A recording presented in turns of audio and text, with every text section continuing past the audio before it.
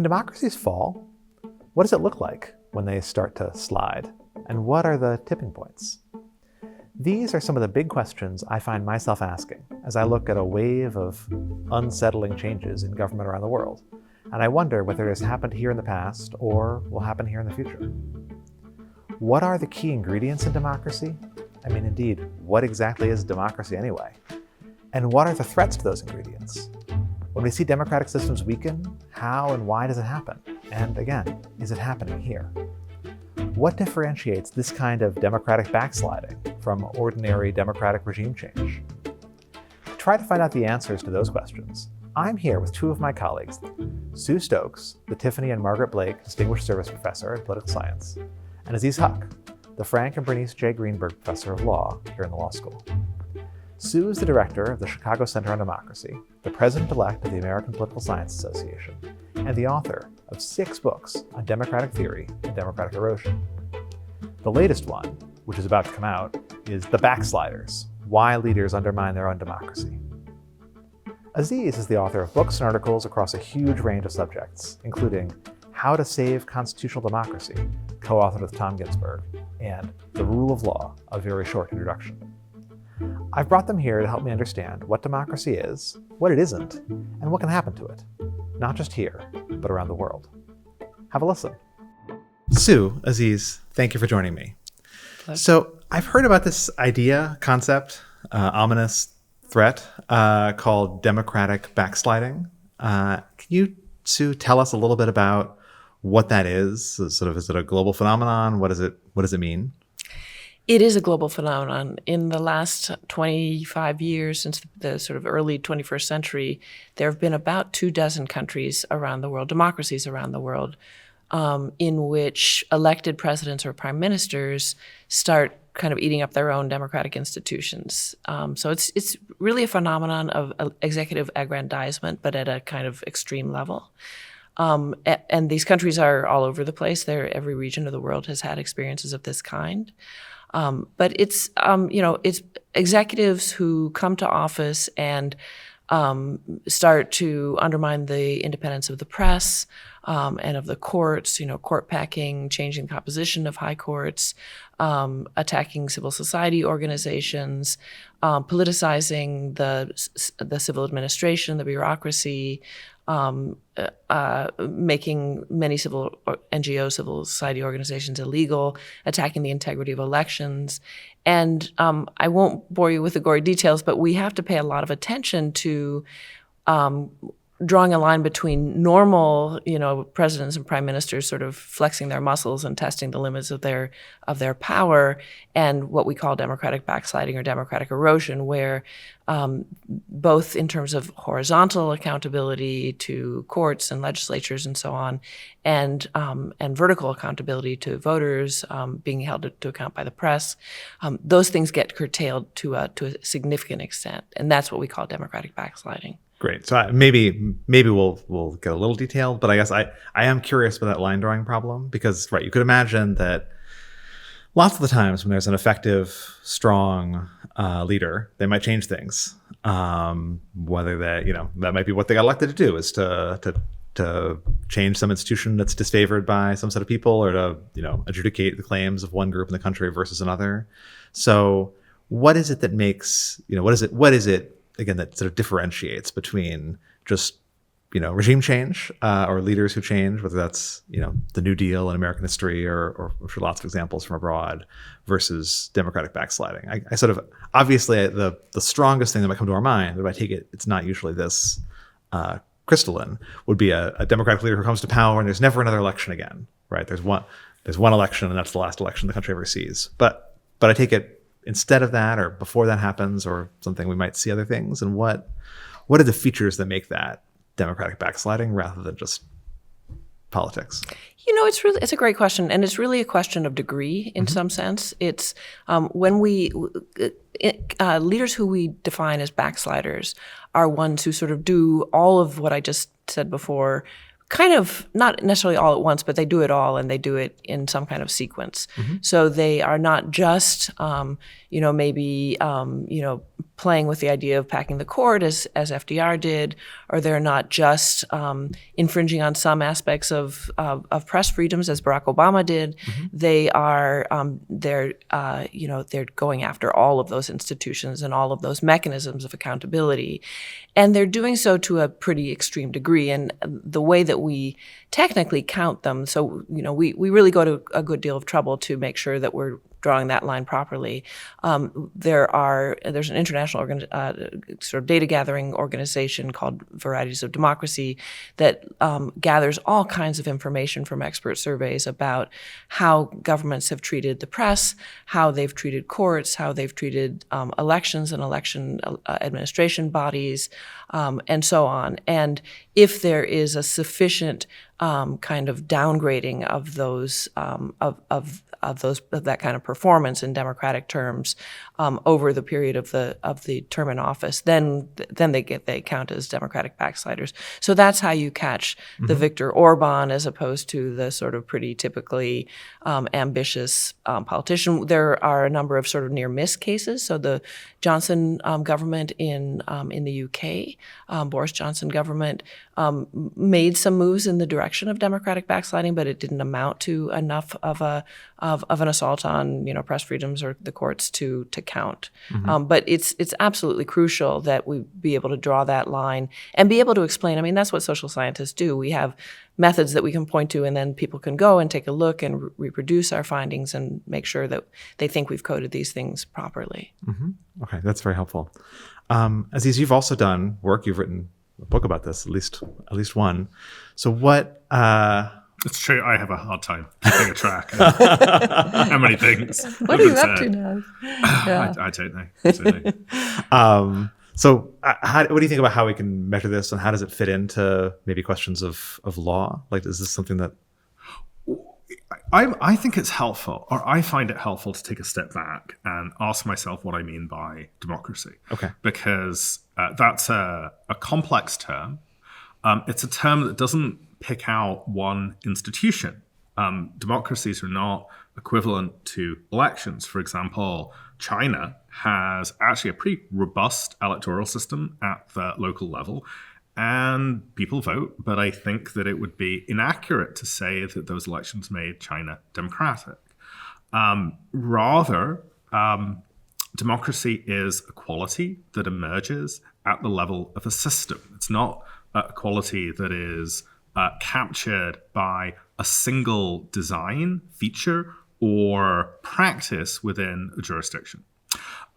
And then the question becomes, well, if you have this complex feature that's emerging out of a blend of state bodies, institutional practices that exist within political parties, and then the culture of people who participate in politics, how do you distill that complex idea down to an understandable form?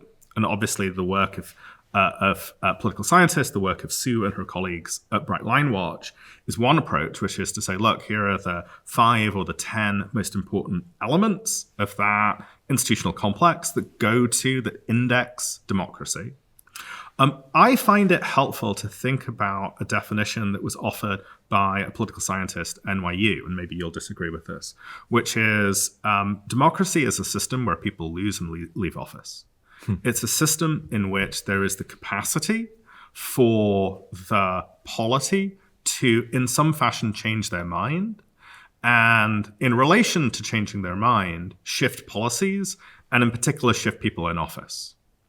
And a system in which it is impossible or extremely unlikely that changes or either it's extremely unlikely that people will change their mind because their minds are locked in, right? That's actually a characteristic, for example, of the Chinese system. Or a system in which people do change their minds, but it is either impossible or extremely difficult to translate that shift in beliefs, that shift in what you want as members of the electorate into changes in office, is no longer a system that can be characterized as democratic. And absolutely, just to pick up on something you said, Will, notice that there is systems in which we can say, yeah, it's very clear that there's no opportunity to change your mind. A government that comes to power, as happened in Algeria, and said 1 person, 1 vote, 1 time, is a system in which there is no longer the prospect of changing one's mind in the future.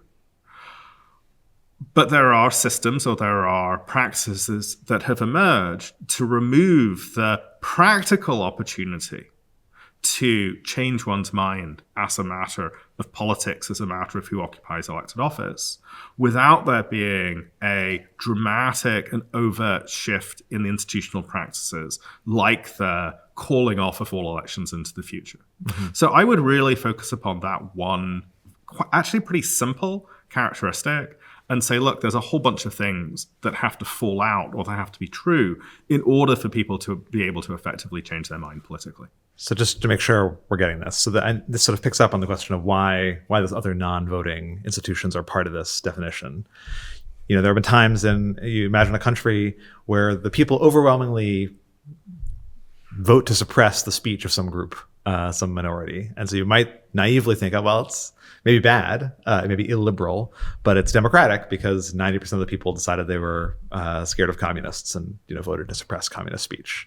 And I take it the reason we'd worry about that as democracy is we'd say, but an important part of democracy is the ability of people with this disfavored view to put it out there and try to convince people to change their minds to it. And especially if they're being suppressed because people are afraid it's persuasive, then that sort of affects democracy. Is that the idea? Well, again, I'd be interested in whether Sue has a different view, but I think that the way that I would pass that is, I think that the question that you teed up embeds within it the assumption that democracy is something that we look at the present moment, mm-hmm. and we make a judgment about, is the present moment one in which the will of the majority is or is not realized?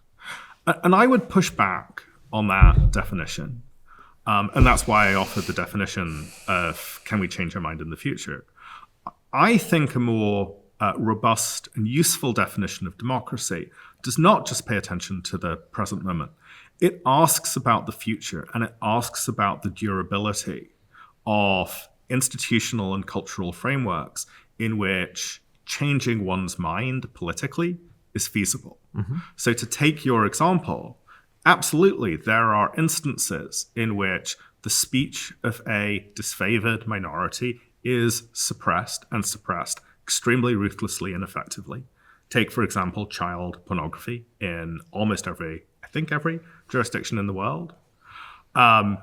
Is the suppression of child pornography, which is speech that presumably some minority of people want to engage in, a threat to democracy? Well, I think one way of thinking about that is, well, it's not, insofar as the suppression of that speech is in no meaningful or tangible way reducing the possibility, mitigating the circumstance that allow us to change our mind in the future about who occupies office and what sort of policies there should be, right? And then I think the really hard question is, sometimes there are things that we need to commit today to, in order to preserve our ability to change our mind in the future. But that fact of committing today often looks awfully undemocratic.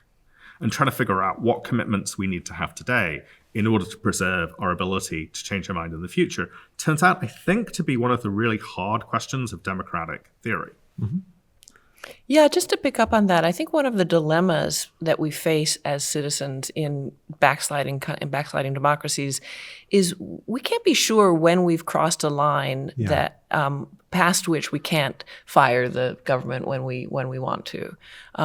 There's a wonderful paper, I think, co-authored by Adam Jaworski and our colleague Xiaotan Luo here at the University of Chicago, that sort of shows formally in a formal model that if there's some uncertainty, if people have some uncertainty about where we are in that process of allowing certain kinds of rights to be shorn away in a popular way, we don't know when we get to the point where we're past being able to say, wait a minute, this isn't such a great way of doing things. We want to kick these guys out. So that uncertainty about where you are in the process has really been a critical point.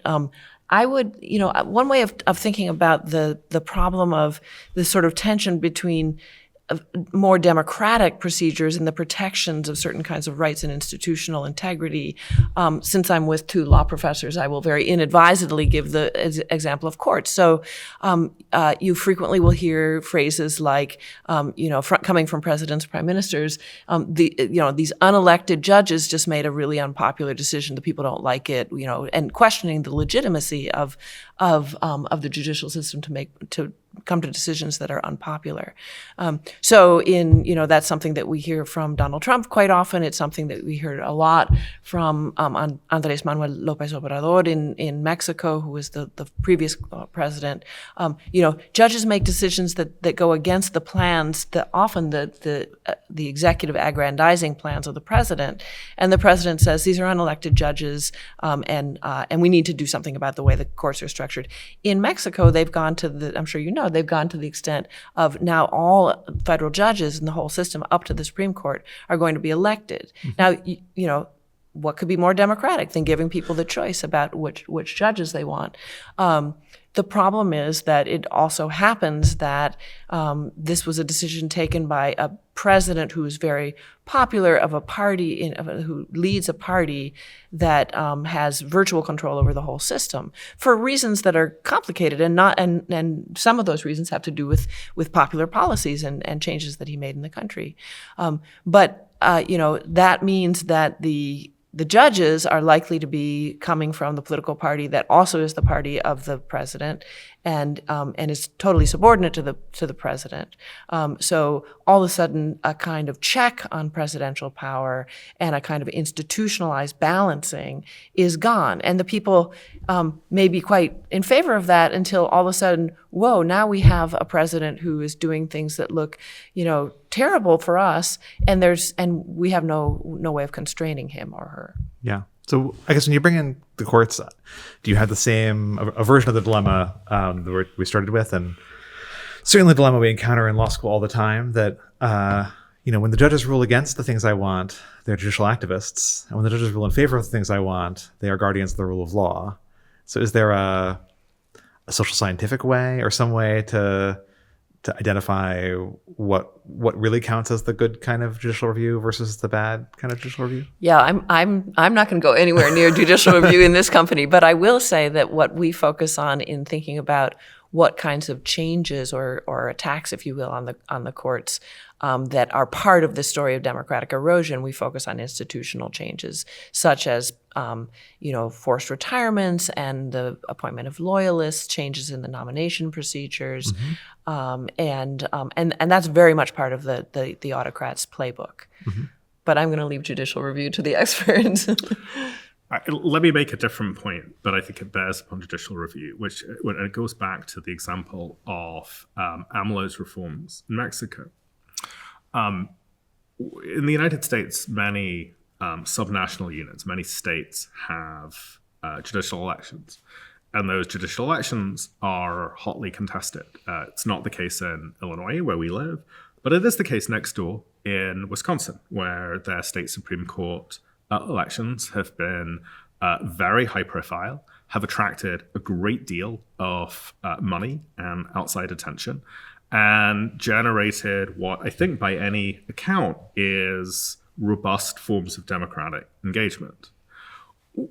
I would draw attention to the difference between the way that judicial elections have played out in a state like Wisconsin and the way that they've played out in the last 2 months in Mexico, where you had very low popular engagement, where you had very few candidates, as I understand it, who were not associated with Morena, which is AMLO's political movement, and where in many parts of the country, in particular where criminality and the drug trade is a systemic problem, you have candidates who, at least by the reporting that's available, seem to be closely associated with the cartels coming into office.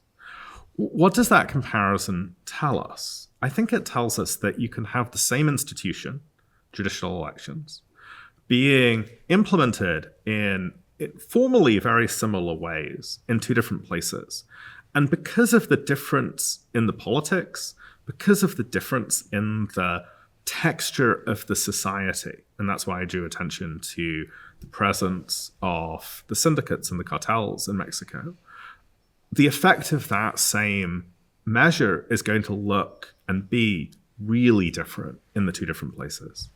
And so the question about how one thinks about different pieces of the apparatus of state, whether it's judicial review, whether it's judicial elections, whether it's the existence of certain kinds of independent bodies within the government, which is much more common outside the United States than it is inside the United States.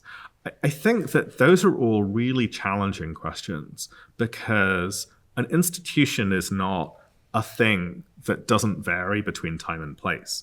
An institution or a feature of an institution is going to have extraordinarily different effects, sometimes pro, sometimes anti-democratic, depending upon the time and the place and the way that it's implemented. That's very interesting. So I guess if I can switch tacks to a slightly different question, because another big question I have is, how does this happen? So again, the naive view, which I try not to have the full naive view, would be you'd think once you get a healthy democracy running, and that's going to involve elections and parties and courts and some legal rules or something, well, it ought to be self-protective in some way. In some sense, you wouldn't expect it to have gotten to survive very long if it weren't. So there are norms and things like that protect it. And so if we're seeing, not just as a one-off, but in a range of countries around the world, sort of a trend of a number of sort of places where backsliding is possible and successful. How does that happen? What does it look like? Does it take luck? Does it take the right charismatic Machiavellian personality? Does it take, I don't know, do we not know why it happens? It just kind of happens? Well, I've just written a book on this subject that's coming out in September, and so I can say a lot more than you are going to want to hear about that. Try me. Answer that question. There are, there are two separate questions. One is, why are particular countries more at risk of democratic backsliding? And the other is, why are we seeing a wave of it at this moment? If I could show you a figure that showed the sort of frequency of military coups and instances of democratic backsliding over time, there's a big wave upsurging coups in the sort of latter 20th century, 1970s or 80s. And then that's actually subsided. And after about 1999, when Hugo Chavez was the first case of this kind in this current wave, there's a big uptick in instances of democratic backsliding or election of officials who will go on to undermine their democracies. So on that on both questions, really, one of the key factors that our research has uncovered as a predictor of democratic backsliding is income inequality. The more unequal the distribution of income, market income, post-fisc income, whichever way you measure it, a country has, the more at risk they are of democratic backsliding. This is one of the reasons why the United States has been more at risk than you might have thought, given the age of our democracy and the sort of consolidation of it and the wealth of the country and so on. So that's a really key factor. And there are all kinds of reasons why income inequality encourages democratic backsliding. And I'll list some of them, but as you can imagine, they're not sort of one-offs, they're interrelated to one another.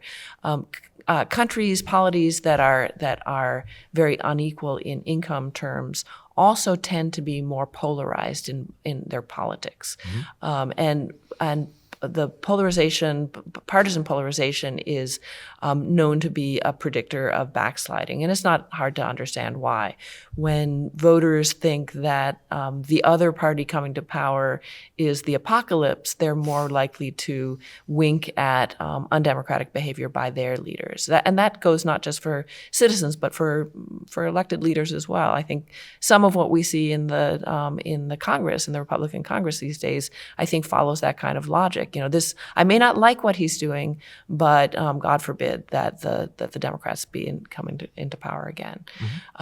So that's a factor. Another is that that income inequality encourages a kind of a kind of grievance culture and sense of betrayal and loss among sectors of the population who lose out. And that sentiment, that sort of political culture of having a sense of loss and of frustrated ambitions and of one's children not having a chance to get as far as oneself did, that can be taken advantage of by sort of populist or demagogic leaders who will turn that sense of grievance into, and they did it to you, and they are doing it to you on purpose, and without me, they're going to continue to do that to you. So, which generates outrage and anger, which is well known among political psychologists to fuel turnout in elections. Another factor that I've been very interested in my research is, in addition to polarization, in addition to a rhetoric that exacerbates and plays on polarization, there's also a kind of invitation to denigrate democratic institutions, to sort of cultivate a culture of cynicism and skepticism about institutions of all kinds. They're all controlled by elites. They are rotten to the core. They're corrupt. We don't need to worry about limiting the independence of courts because these courts are terrible and full of corrupt judges anyway. We should no problem prosecuting opposition politicians because really they are all criminal and so on. And that goes why should we worry about throwing out these bureaucrats? They are they're corrupt. They're self-interested and so on. So those are all features that play into or open up space for democratic backsliding, for backsliding leaders who want to aggrandize their own power. But it does take a certain kind of individual to do that. I mean, a president or prime minister who comes to office who venerates his or her constitution and democratic history is not likely to be inclined to attack those institutions. So that's another factor. You have to get unlucky with the personality of the kind of person whom you elect. Then the last thing I'll say is that there is a kind of they're role models for one another. So Donald Trump is inspired by Viktor Orban. Jair Bolsonaro is inspired by Trump. So there is also kind of one of the reasons that I think we see this wave, this kind of why now kind of thing, is that they are kind of inspiring one another. There is a kind of demonstration effect. So I'm going to take this chance to raise some questions about Sue's thesis. I took your name in vain, Sue, when I was recently in Uppsala, which is in Sweden, at a conference which was about democratic self-defense. And I said, well, my colleague in political science done this wonderful research. It's I think the PNAS paper is a terrific study. And I offered the suggestion or the finding that inequality drives these outcomes, and there was a wave of eye rolls around the room among the Swedish members of the group that were there, because in Sweden there is a party confusingly called the Swedish Democrats that is way over to the right, and although they've been brought into government now, the general view among this select group of political scientists, and you will tell me that that's a biased sample, was that this, given half a chance, the Swedish Democrats would be just as bad as fill in the gap. And the other example they pointed to was Switzerland, where Switzerland has a kind of movement that has many anti-democratic traits and beliefs that they would put into practice. And the observation that was made is, look, we have these jurisdictions where inequality is among the lowest in the world, and yet we have exactly the same movements.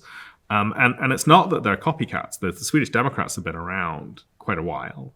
And I don't know as much about the Swiss case, but my sense is that in the Swiss case, you've also had a movement that's been around quite a while. And then I thought to complement those, India is a really interesting example, where India has been a tremendously unequal polity back to the 1940s. And yes, you've had moments of what I think you can fairly describe as backsliding, both at the end of the 1970s with the emergency declared by Indira Gandhi, and then today under the BJP government. But it doesn't seem to me, at least from the outside, that what's predicting those moments of relapse is spikes in inequality. So I don't know. I didn't really have an answer to my Swedish colleagues, and I was trying to be nice to them, or I was trying not to be too Chicago, which is, I think, generally good practice when one leaves the building here. But I'm very curious what you think, how you would have responded if, what would have been my esprit d'escalier response to that? So I think it's really important to distinguish between parties,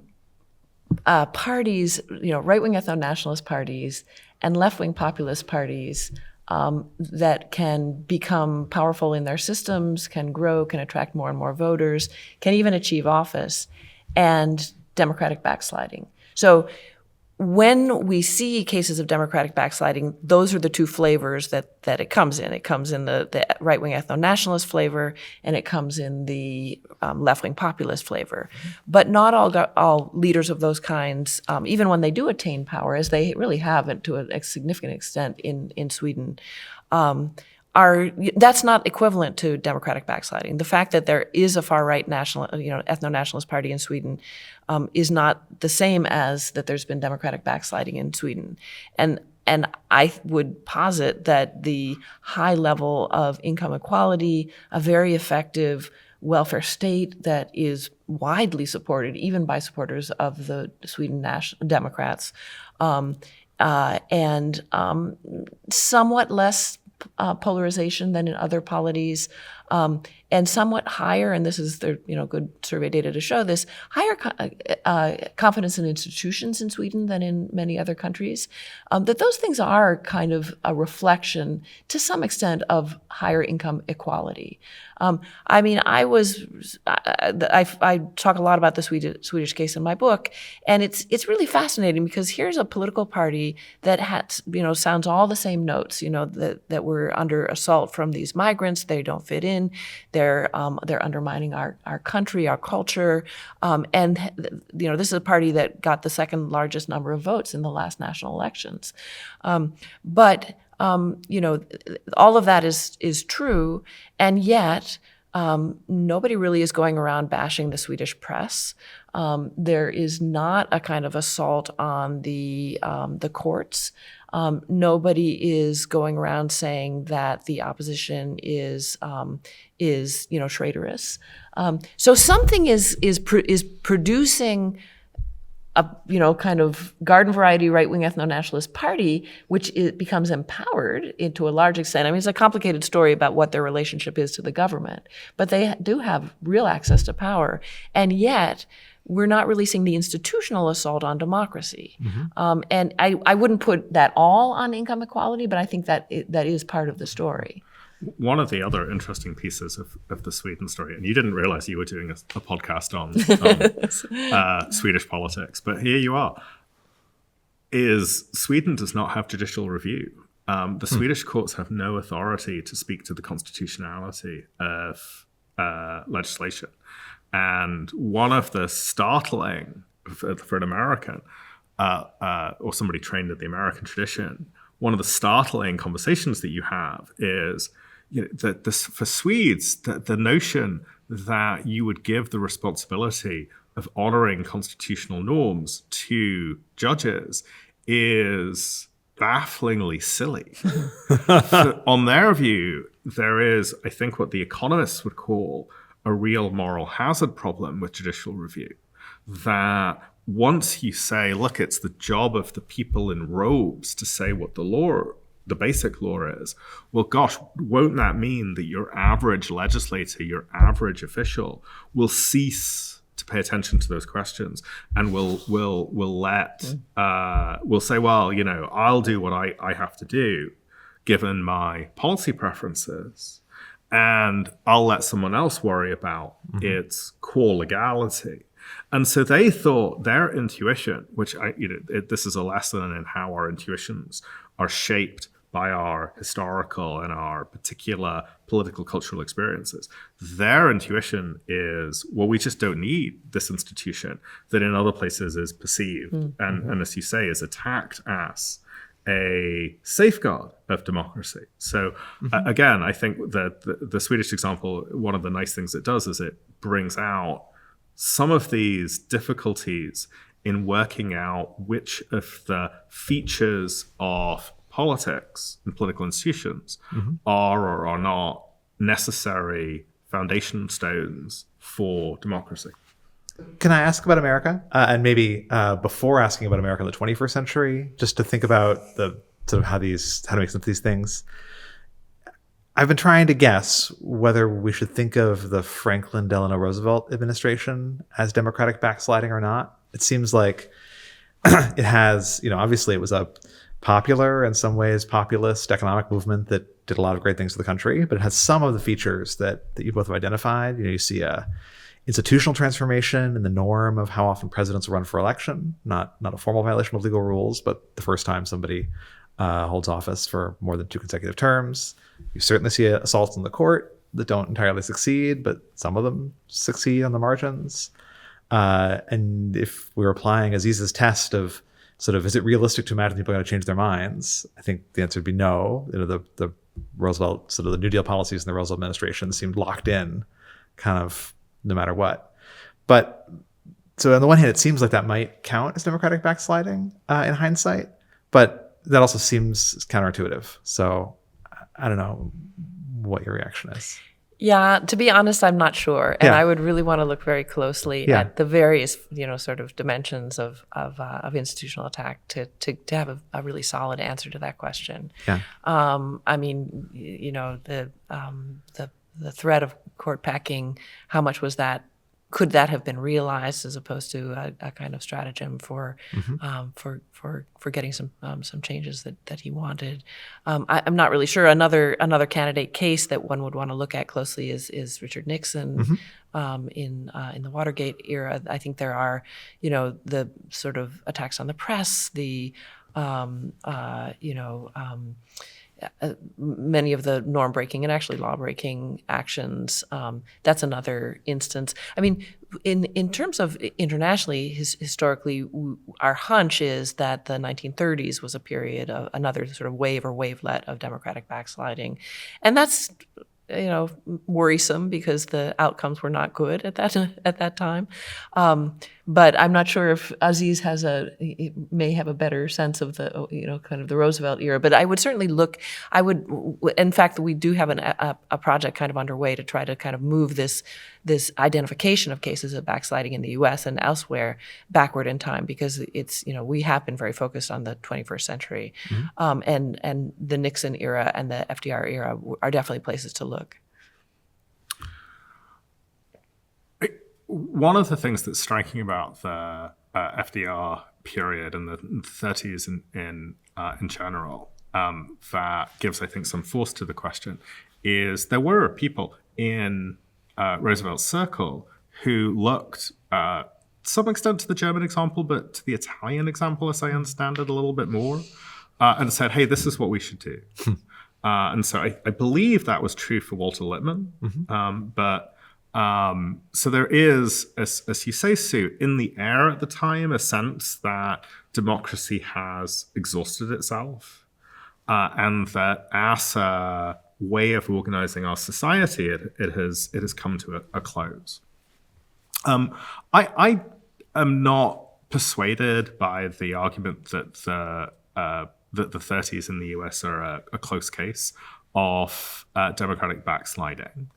I would draw a distinction between two different states of the world. I draw a distinction between a state of the world in which people do not have the ability to change their mind, and a state of the world in which they have the ability, but they don't change their mind. And they don't change their mind because a government is particularly successful.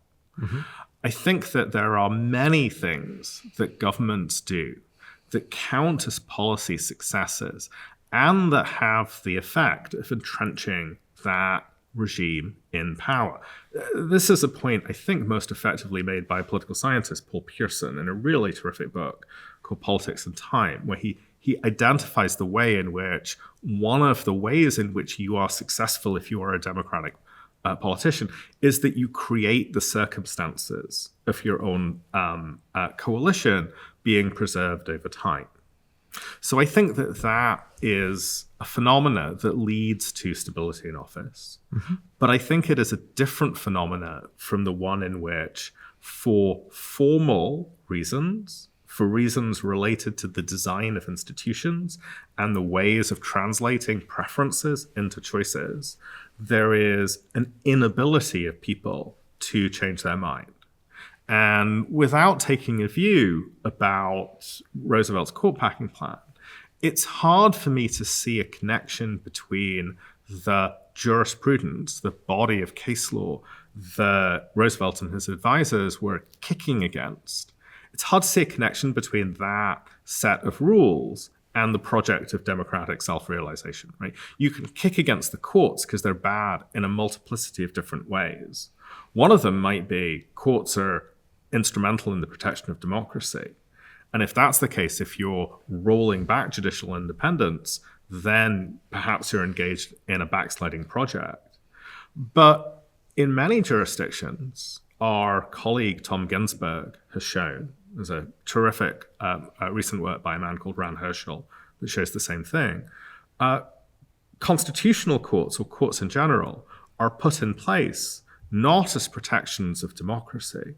They're put in place as ways of protecting the elites that gave up some power at a moment of transitions into democracy. I believe your colleague, Michael Albertus, has work that resonates with that claim. And if that's the case, if courts are protecting historical elites, and you see courts being pushed back against by a democratically elected government, I think it's over hasty to rush to the conclusion that what that democratic regime, what that elected regime is doing is trying to backslide or entrench itself. Mm-hmm. A good example of the case of a government running up against the courts because the courts are protecting democracy, or running up against the courts because there's opposition in the executive branch to the court's actions to protect democracies, goes back to Mexico we were talking about before, where the Lopez Obrador attacks on the courts came in the wake of their resisting the changes that he wanted to make to the election administration body, which would have made elections less of a moment of democratic accountability in that country. Mm-hmm. All right. And so what about today? Maybe, as Aziz is going to say, we just don't know if we're in a moment of democratic backsliding today until we know what happens in the future. But no, he's not going to say that. He's going to say that. Yeah. Well, I think that the objective measures, including the work that Sue and her colleagues at Bright Line Watch have done, has shown that the quality of American institutions, democratic institutions, has declined over the last, 10 years, 15 years. I see no reason to expect that decline to abate. I see good reason to think that it's accelerated, and consistent with Sue's point about uncertainty. I think it's really hard to know when we've reached the point of no return. I frankly don't know whether that point has been reached or might be reached in the near term, but doesn't strike me as implausible or incredible to say, even today, that we may have reached that point. You know, we used to use terms like stealthy and, hidden and so forth when we talked about democratic backsliding. And now somehow when we think about the United States, that those terms don't seem to apply. It seems that we're in a moment of open assaults on democracy, at least in terms of the intentions and actions of the executive, the executive branch. We have a situation of a fully autocratic style of governance from the executive branch, operating in a system that's still democratic in many ways. We're still a democratic society.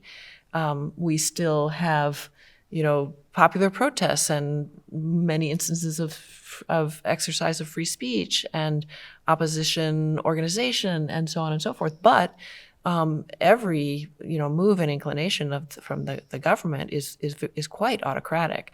So there's nothing really stealthy now. I mean, in general, these governments don't come to power saying, right, here we are, we're going to use the power we have to undermine democracy, undermine accountability. They did it in stealthy and kind of hidden ways, and that was quite strategic. It was good to kind of keep everyone off balance. But we're past that point in the United States. I don't think there's any mystery about it. I think we're in are we past a point of no return in that we are no longer a democratic society? No, not at all. And I'm a hopelessly optimistic person by nature, so I don't like to think about points of no return. But we are really, I think the only way to think about it now is we're still a democratic society, but we have an autocratic government. I once had an hour-long argument with my co-author, Tom Ginsberg, about whether we would end an article with the glass is half full or the glass is half empty. And he was very much the glass is half full. And I'm like, no, it's half empty, and we should never say anything positive. So I want to recognize my own proclivity toward a kind of temperamental pessimism that maybe it's growing up in a very rainy culture. That's what does it. Of course, the punchline is that you're both right. So. Right. Well, Sue, Aziz, thank you both so much for joining me. Thank you so much, Thank you very Will. much for having us. The Battle of the Branches series explores how traditional norms surrounding executive authority, legislative oversight, and judicial intervention are increasingly being tested and reshaping our democracy. Grounded in UChicago's values of free inquiry and expression, and driven by rigorous interdisciplinary research, the project brings together leading scholars to explore these questions with depth and nuance. We hope you'll join us this summer.